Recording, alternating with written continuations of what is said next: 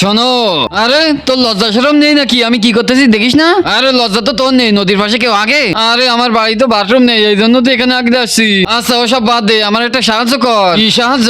আরে একটা বড় দানব প্রত্যেকদিন আমার নদী থেকে পানি খেয়ে যায়, এভাবে পানি খেতে লাগলে তো আমি একদিন পানি শুকিয়ে উপরে চলে যাব। তুমি কিছু একটা করো যাতে ও আমার নদীর পানি না খায়। হ্যাঁ? চলে আসছো দানব, জলদি ফলাও, তা নাহলে আমাদের খেয়ে ফেলবে।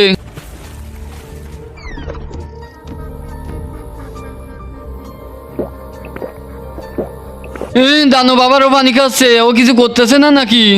এ তো নদীর পানি খেয়েই চলেছে, একে আমি থামাবো কিভাবে?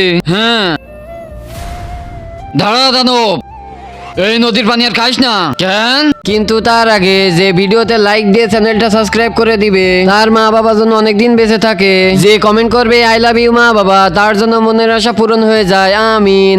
এই নদীর পানি অনেক নোংরা, আমাদের গ্রামের লোকজন সবাই বাথরুম করে এখানেই তো ভীষণ দই। কি আমি এত বড় দানব হয়েও এই নোংরা পানি খাই? থু থু থু, আমি আর কোনোদিন খাবো না এই পানি। ধন্যবাদ ধন্যবাদ আমাকে সাহায্য করার জন্য, কিন্তু তোমাদের গ্রামের লোকজন সবাই বাথরুম করে এখানেই পিছন দই। হ্যাঁ সবাই দই, আমিও তো দিতে যাচ্ছি। আরে আরে এটা কি করতেছিস? আরে ধুইস না ধুইস না, আরে আরে ধুইস না তুই।